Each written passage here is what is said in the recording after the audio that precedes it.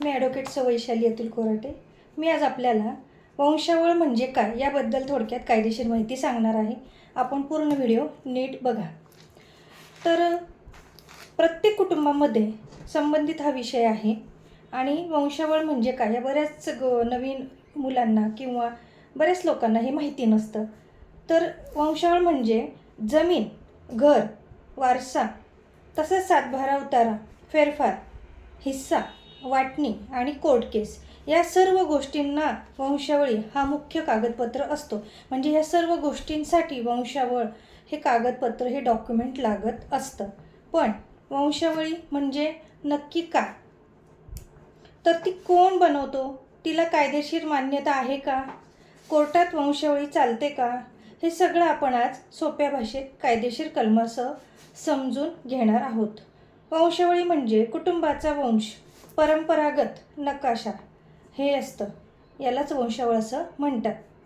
सोप्या भाषेत सांगायचं झालं तर मूळ पूर्वजांपासून आजपर्यंत कोण कोण वारस आहेत याची लेखी नोंद म्हणजे वंशावळी.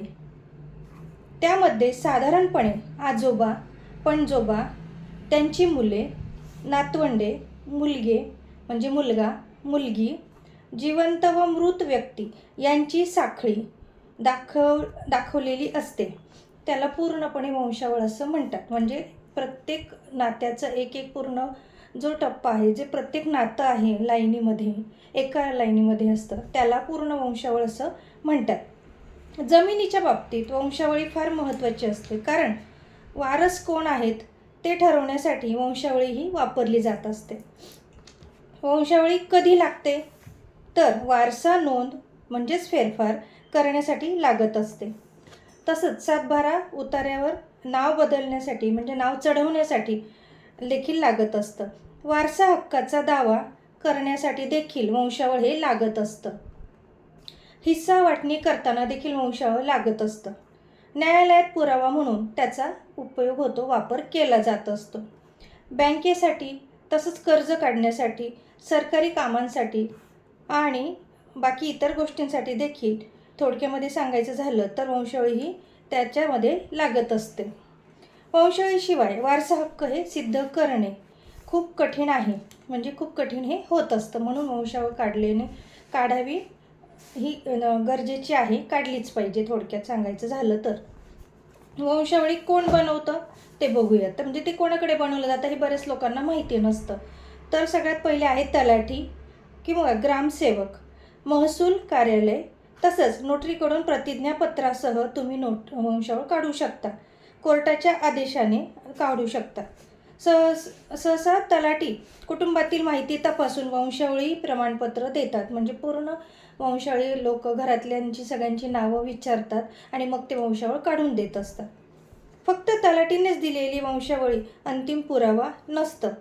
भारतीय पुरावा कायदा इंडियन एव्हिडन्स ॲक्ट 1872 कलम 35 नुसार सरकारी नोंदींना पुराव्याचे महत्त्व आहे.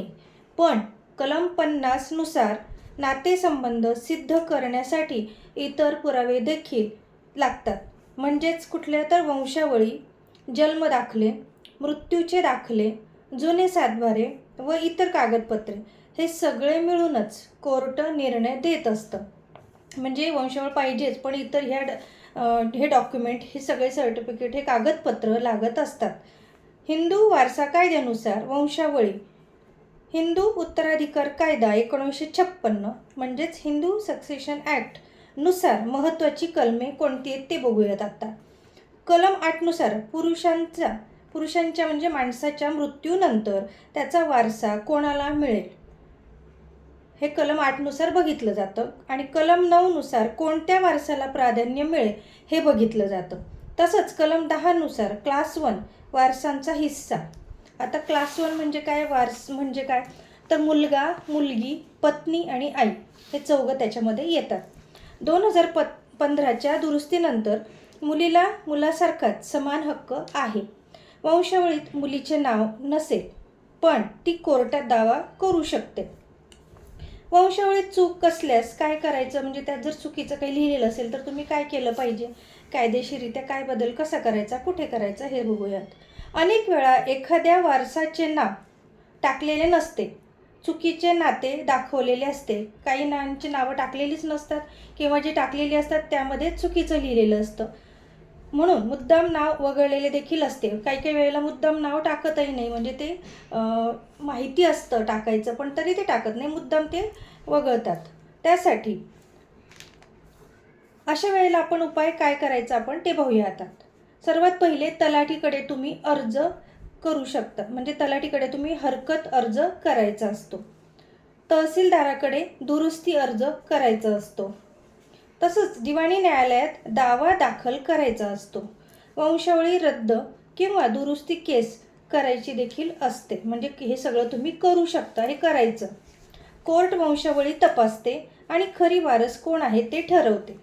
वंशावळी आणि कोर्ट केस महत्त्वाचं लक्षात ठेवा. वंशावळी कागदपत्रे, साक्षीदार, जुने रेकॉर्ड, सुप्रीम कोर्टाचे निर्णय सांगतात की फक्त वंशावळीवर पूर्ण निर्णय देता येत नाही. मी मगाशी सांगितलं हे बाकीचे जे कागदपत्र आहे ते देखील तेवढेच महत्त्वाचे आहेत, पण त्यातलं एक महत्त्वाचं कागदपत्र वंशावळ देखील असतो.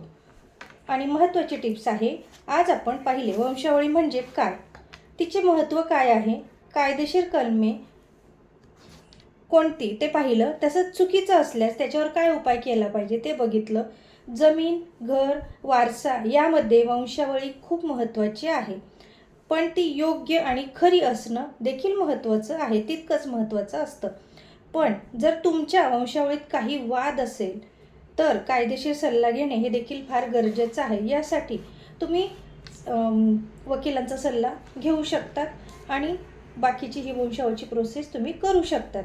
आपल्याला हा वंशावळीबद्दल व्हिडिओ कसा वाटला नक्की कॉमेंटमध्ये मेसेज करून सांगा आणि माझ्या चॅनलला सबस्क्राईब करा आणि तसंच बेल आयकॉनचं बटन देखील प्रेस करा, म्हणजे यापुढील व्हिडिओ तुम्हाला दिसत जातील. धन्यवाद.